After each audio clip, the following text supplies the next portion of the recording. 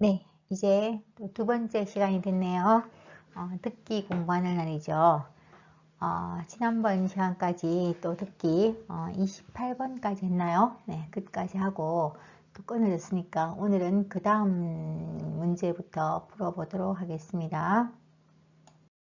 네, 오늘 29번 문제죠. 네, 29번 문제인데 여기도 지금 29번, 30번 같이 푸는 문제니까 하나의 단락을 듣고 두 문제를 푸는 거죠.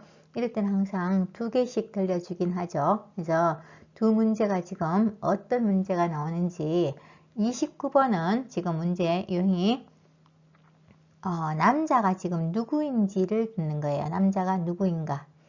남자가 누구인지를 들은 내용으로 역시 어떤 내용이 맞는 것인가 맞는 것 찾고 첫 번째 문제는 남자가 누구인가 남자가 누구이냐면 어떤 일을 하는 사람인가를 아마 묻는 문제인 거죠. 거기에서 맞춰서 여러분이 들으면서 남자가 과연 어떤 사람인지를 찾아내면 되는 겁니다. 이제 한번 들어보겠습니다.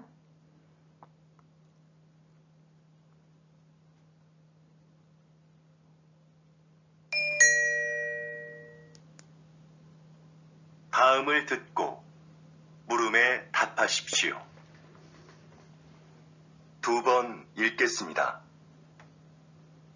정원의 꽃들이 참 예쁘네요. 선생님은 여기에서 어떤 일을 하시나요? 이곳은 제가 작년부터 환자들에게 정원 가꾸기를 가르치고 있는 곳인데요. 저는 약을 사용하지 않고 식물을 이용해 그분들의 몸과 마음의 회복을 돕는 활동을 하고 있어요. 식물을 재배하면서 자연스럽게 치료 효과를 얻게 하는 거죠. 구체적으로 어떤 활동을 통해서 치료가 이루어지나요? 정원 가꾸기, 식물 재배하기, 꽃을 이용한 작품 만들기 등의 활동이 대표적인데요. 이런 크고 작은 신체 활동은 운동 능력을 향상시킬 수 있어요. 또한 식물의 향기를 맡으면서 느끼는 기쁨을 치료에 이용하는 것이죠. 정원에서 함께 재배한 식물을 판매함으로써 경제적으로 어려움을 겪고 있는 환자들에게 작은 도움도 드리고 있고요. 다시 들으십시오. 정원의 꽃들이 참 예쁘네요. 선생님은 여기에서 어떤 일을 하시나요? 이곳은 제가 작년부터 환자들에게 정원 가꾸기를 가르치고 있는 곳인데요. 저는 약을 사용하지 않고 식물을 이용해 그분들의 몸과 마음의 회복을 돕는 활동을 하고 있어요. 식물을 재배하면서 자연스럽게 치료 효과를 얻게 하는 거죠.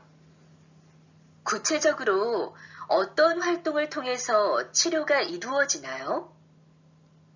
정원 가꾸기, 식물 재배하기, 꽃을 이용한 작품 만들기 등의 활동이 대표적인데요.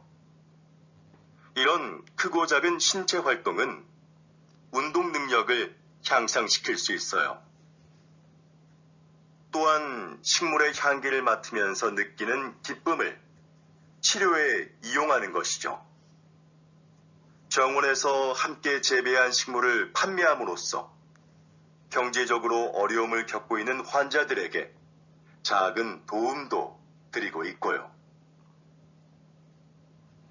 네, 여기까지가 내용이 전부 다였습니다. 조금 길었죠. 내용도 길고 하고 싶은 말이 많았던 것 같아요. 남자는 누군 같아요? 여러분 들어보니까 남자가 어떤 사람이에요? 치료한다는 이야기를 했죠. 그래서 환자들을 치료한다는 이야기를 했기 때문에 아마 이 사람도 식물을 가꾸면서 환자를 치료하는 사람인 것 같아요.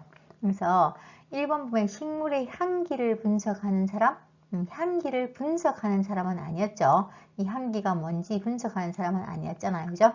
2번 문제가 생긴 식물을 관리하는 사람, 문제가 생긴 식물이 아프고 병들면 관리하는 직업도 있어요. 근데 이건 지금 그런 경우는 아니었어요. 식물의 재배 방법을 연구하는 사람, 어떻게 식물을 재배하면 잘 재배할 수 있는가 그 방법 연구하는 사람도 있는데, 여기 나오는 분의 남자는 그거는 다 아니었어요. 답은 4번이죠. 식물을 활용해서 사람들을 치료해 준 사람이에요. 그러니까 식물로 사람들이 뭐 정신적이라든지 어떤 문제가 있는 사람들을 치료해 준 사람에 대한 이야기를 하고 있는 거죠. 그 다음에 30번은 들은 내용과 맞는 거 찾아야 돼요. 남자는 식물의 향기를 이용해서 약을 만든다? 이 사람이 약 만들었어요? 아니고 식물의 향기를 가지고 사람들에게 기쁨을 느낀다. 그래서 기쁨으로 치료한다 했어요. 이렇게 향기를 맡으면서 기쁨을 느껴서 그 기쁨으로 치료하는 사람이 이 사람이 하는 일이에요. 그래서 이 사람이 약을 만드는 사람은 아니었다는 얘기죠. 그 다음에 2번 정원에서 재배하는 식물은 판매하지 않는다. 맞아요? 판매한다고 했죠. 예, 여기서 가치 기른 식물을 판매함으로써 뭐예요? 그 이익을 어려운 사람들 위해서, 어려운 환자들 위해서 도와준다고 했어요. 판매한다가 맞죠? 3번 남자는 환자들에게 정원 가꾸는 법을 배웠다? 남자가 배웠어요? 아니고 남자가 환자들에게 배운 게 아니고 가르친 거죠. 정원 가꾸는 방법 뭐 여러 가지 꽃을 키우는 것에 대한 것을 이 사람이 가르치는 거예요. 가르치죠. 이렇게 4번 식물을 재배하는 활동은 운동 능력을 향상시켜 준다. 맞습니까? 그렇죠. 그렇다겠죠. 식물을 재배하고 식물의 뭐 향기를 맡고 하면서 그것도 전부 다 운동 능력의 향상에 도움이 된다고 했어요. 그런 운동 능력 향상도 시키고 또 정신적으로 기쁨도 주면서 이 사람은 그런 식물들을 활용해서 조금 마음이 병들거나 뭐 이렇게 뭐 병이 있는 사람들을 치료해주는 식물을 치료하는 게 아니고 식물을 통해서 사람들을 치료해주는 역할을 하는 사람이라고 볼 수 있겠네요. 그죠? 예, 이런 직업도 실제로 있어요.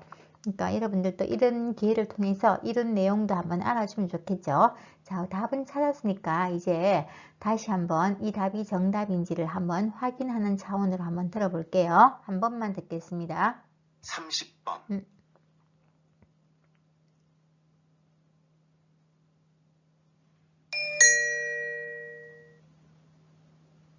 다음을 듣고 물음에 답하십시오. 2번 읽겠습니다. 정원의 꽃들이 참 예쁘네요. 선생님은 여기에서 어떤 일을 하시나요? 이곳은 제가 작년부터 환자들에게 정원 가꾸기를 가르치고 있는 곳인데요. 저는 마음의 회복을 돕는 활동을 하고 있어요.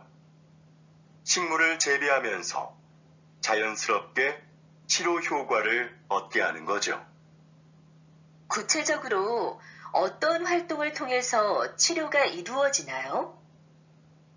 정원 가꾸기, 식물 재배하기, 꽃을 이용한 작품 만들기 등의 활동이 대표적인데요. 이런 크고 작은 신체 활동은 운동 능력을 향상시킬 수 있어요.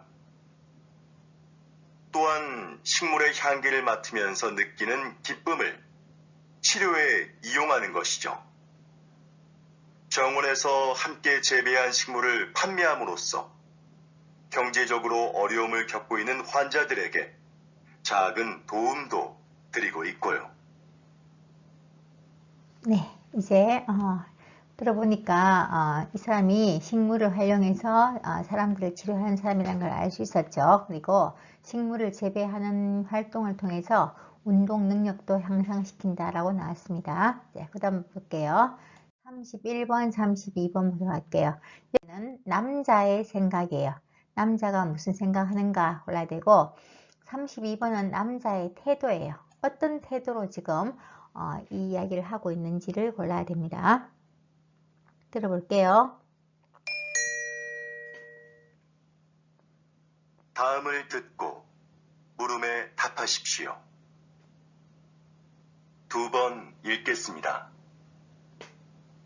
같은 커피 전문점의 커피가 지역별로 가격이 다른 것에 소비자들이 불만을 표하고 있습니다. 동일한 재료와 방법으로 만드는데 왜 가격이 다른지 이해할 수가 없습니다. 커피값은 임대료 등 매장의 여건에 따라 가격이 다를 수 있다고 생각합니다.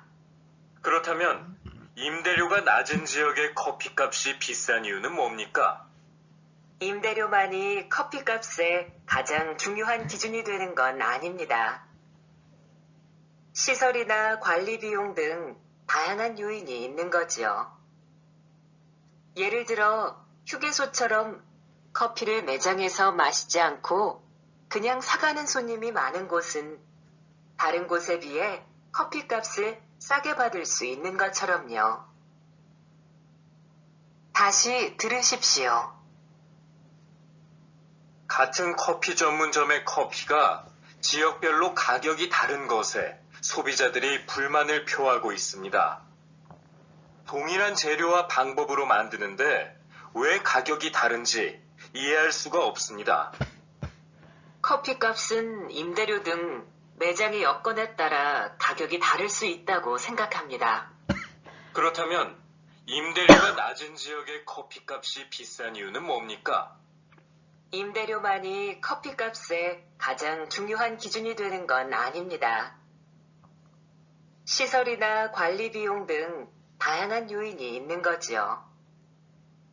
예를 들어 휴게소처럼 커피를 매장에서 마시지 않고 그냥 사가는 손님이 많은 곳은 다른 곳에 비해 커피값을 싸게 받을 수 있는 것처럼요. 네, 이제 듣기는 끝났어요. 자, 들어보니까 여러분이 무슨 내용인지 금방 파악이 됐습니까? 지금 계속 커피에 대한 얘기를 하고 있었죠. 그래서 여자하고 남자하고 지금 계속 서로 약간 의견이 달라서 이야기하고 있는 것 같은데, 여러분이 생각할 때 남자의 생각이 뭔 것 같아요? 1번 볼게요. 유동인구가 많은 곳에 매장을 만들어야 한다. 유동인구가 뭐예요? 사람들이 많이 움직이는 뜻이에요. 그러니까 뭐 많이 왔다 갔다 하는 그런 인구가 많은 곳에 매장을 만들어야 한다는 게 생각인가요? 아니면 매장의 임대료가 매년 상승하는 것은 바람직한다 하지 않다? 매장의 임대료가 뭐 매년마다 1,000만원, 2,000만원씩 오르는 건 상승하는 것은 바람직하지 않다. 임대료 얘기 잠깐 나오긴 했지만 남자의 생각은 아니었죠. 3번, 지역에 따라서 동일 제품의 가격이 다른 것은 불합리하다. 남자 생각이 이거였죠. 왜 같은 재료를 쓰고 똑같은 커피를 왜 지역마다 다 가격이 다른가? 동일 제품 가격이 다른 것은 이해할 수가 없다. 불합리하다는 게 이 사람 생각이었어요. 4번 보면 매장의 관리 비용을 고려해서 커피값을 책정해야 된다는 건 누구 생각이었어요?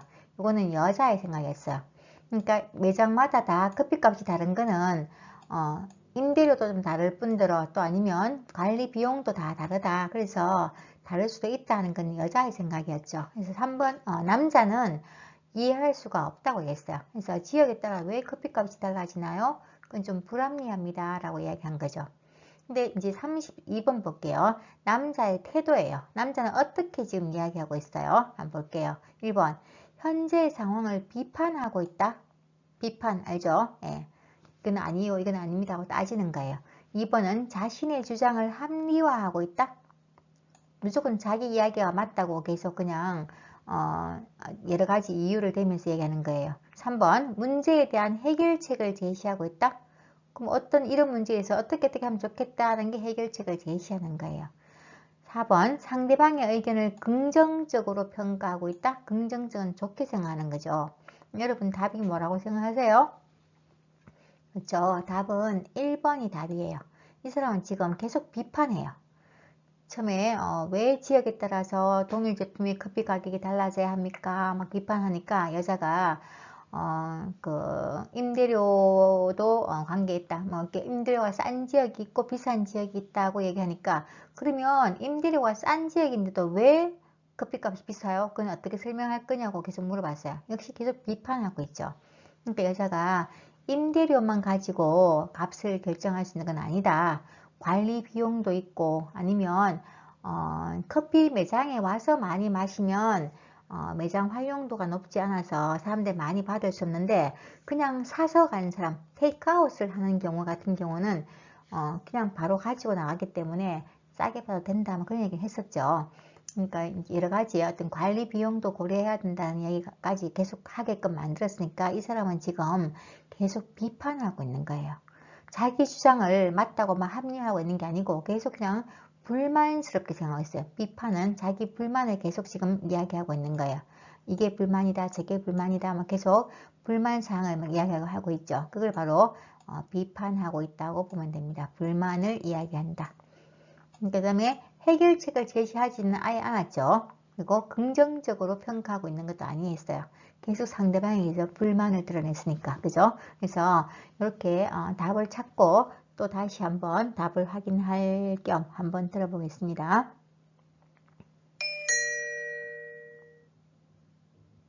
다음을 듣고 물음에 답하십시오. 2번 읽겠습니다. 지역별로 가격이 다른 것에 소비자들이 불만을 표하고 있습니다. 동일한 재료와 방법으로 만드는데 왜 가격이 다른지 이해할 수가 없습니다. 커피값은 임대료 등 매장의 여건에 따라 가격이 다를 수 있다고 생각합니다. 그렇다면 임대료가 낮은 지역의 커피값이 비싼 이유는 뭡니까? 임대료만이 커피값의 가장 중요한 기준이 되는 건 아닙니다. 시설이나 관리 비용 등 다양한 요인이 있는 거지요. 예를 들어 휴게소처럼 커피를 매장에서 마시지 않고 그냥 사가는 손님이 많은 곳은 다른 곳에 비해 커피값을 싸게 받을 수 있는 것처럼요. 네, 이제 확실히 들어보니까 알겠죠? 남자가 계속 따지듯이 이야기했어요. 그리고 남자의 불만은 지역에 따라서 동일 제품의 가격이 왜 다른지를 이해할 수 없다는 얘기를 했죠. 그래서 불합리하다라는 이야기를 한 거예요. 이렇게 해서 31번, 32번 풀어봤고요. 이제 33번, 34번도 무엇에 대한 내용인가? 지금 내용이 무엇에 대한 내용인지를 들어야 돼요. 맞는 거. 그리고 34번은 들은 내용으로 맞는 것을 고릅니다. 그래서 들으면서 빨리 눈으로 먼저 읽으면서 들어보면 좋을 것 같죠? 34번 들어볼게요. 33번 들어볼게요.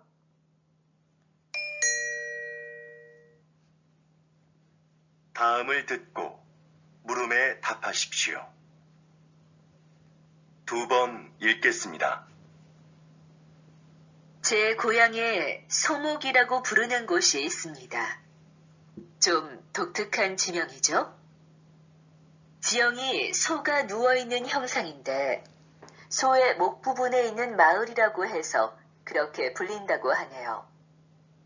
이렇게 지명을 들여다보면 그 마을의 특징을 알 수 있는 경우가 있습니다.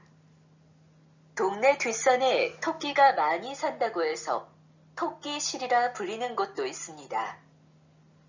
땅끝 마을은 우리나라의 육지 중 가장 남쪽 끝에 있는 마을이라서 붙여진 이름이고요. 그럼 두물머리라는 지명은 왜 나온 것일까요? 네, 그렇습니다. 그곳은 한강의 두 물길이 하나로 만나는 곳에 위치한 마을이라서 그렇게 불립니다. 여러분이 사는 곳의 이름에는 어떤 의미가 있는지 한번 찾아보시죠. 다시 들으십시오. 제 고향에 소목이라고 부르는 곳이 있습니다. 좀 독특한 지명이죠? 지형이 소가 누워있는 형상인데 소의 목 부분에 있는 마을이라고 해서 그렇게 불린다고 하네요. 이렇게 지명을 들여다보면 그 마을의 특징을 알 수 있는 경우가 있습니다. 동네 뒷산에 토끼가 많이 산다고 해서 토끼실이라 불리는 곳도 있습니다.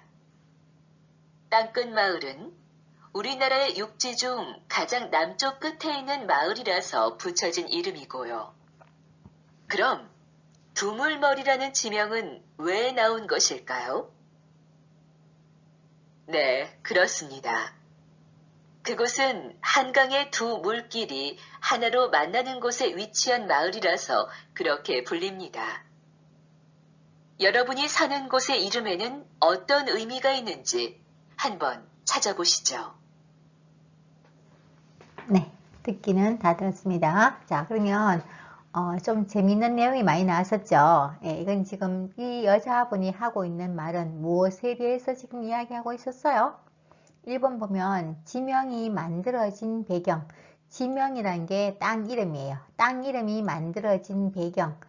이 땅 이름은 왜 이런 이름이 만들어졌는가? 그 배경이에요. 땅 이름을 지명이라고 합니다. 땅 이름이 만들어진 배경. 2번은 지명을 연구하는 이유. 왜 지명을 연구하는가? 3번 지명을 분류하는 방법. 4번 지명이 변천, 바뀌어가는 과정. 이렇게 나왔어요. 지명을 분류하는 것은 나눈다 뜻이죠. 지명을 이렇게 나눈다 뜻이고, 변천하는 것은 자꾸 땅 이름이 바뀌어 간다는 과정을 말하는 건데, 답이 그럼 뭡니까? 네, 답은 맞죠? 네, 1번이에요. 지명이 만들어진 배경이에요. 왜 이런 이름이 만들어졌을까요? 지금 우리 들었으니까 다 나왔죠? 그 들은 내용을 이제 한번 볼게요. 맞는지.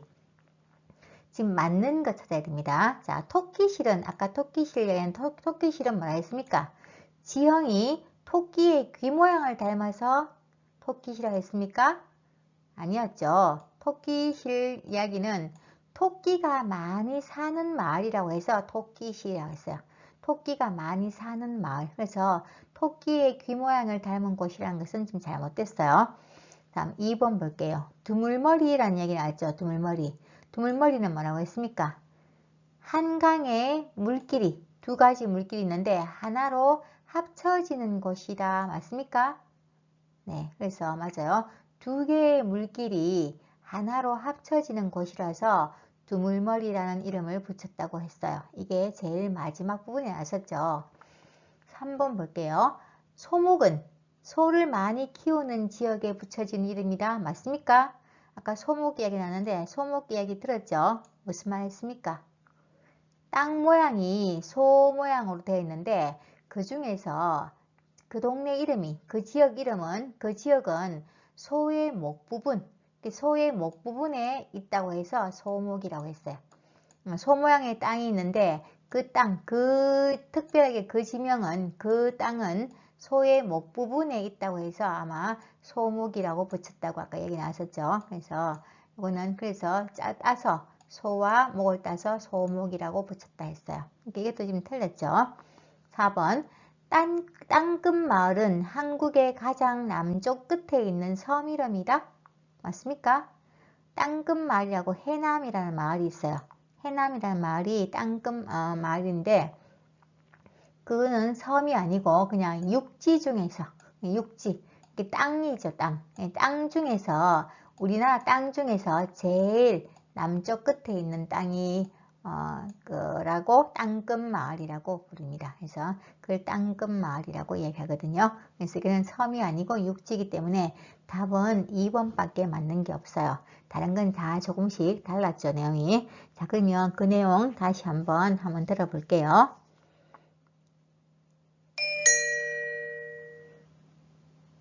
고향에 소목이라고 부르는 곳이 있습니다. 좀 독특한 지명이죠? 지형이 소가 누워있는 형상인데 소의 목 부분에 있는 마을이라고 해서 그렇게 불린다고 하네요. 이렇게 지명을 들여다보면 그 마을의 특징을 알 수 있는 경우가 있습니다. 동네 뒷산에 토끼가 많이 산다고 해서 토끼실이라 불리는 곳도 있습니다. 땅끝 마을은 우리나라의 육지 중 가장 남쪽 끝에 있는 마을이라서 붙여진 이름이고요. 그럼 두물머리라는 지명은 왜 나온 것일까요? 네, 그렇습니다. 그곳은 한강의 두 물길이 하나로 만나는 곳에 위치한 마을이라서 그렇게 불립니다. 여러분이 사는 곳의 이름에는 어떤 의미가 있는지 한번 찾아보시죠. 네, 아마 여러분 마을에도 어떤 의미가 있는 그 이유가 있을 거예요. 그게 지명이 만들어진 배경이 아마 있을 거라고 생각이 듭니다. 한번 알아보는 것도 재밌겠죠. 네. 오늘도 역시 문장이 길어지고 내용이 많아지니까 문제를 많이 못 풀겠네요. 여기까지만 하고 다음 시간에 35분부터 또 다시 하도록 하겠습니다. 네, 오늘 듣기 공부 여기까지 끝내겠습니다.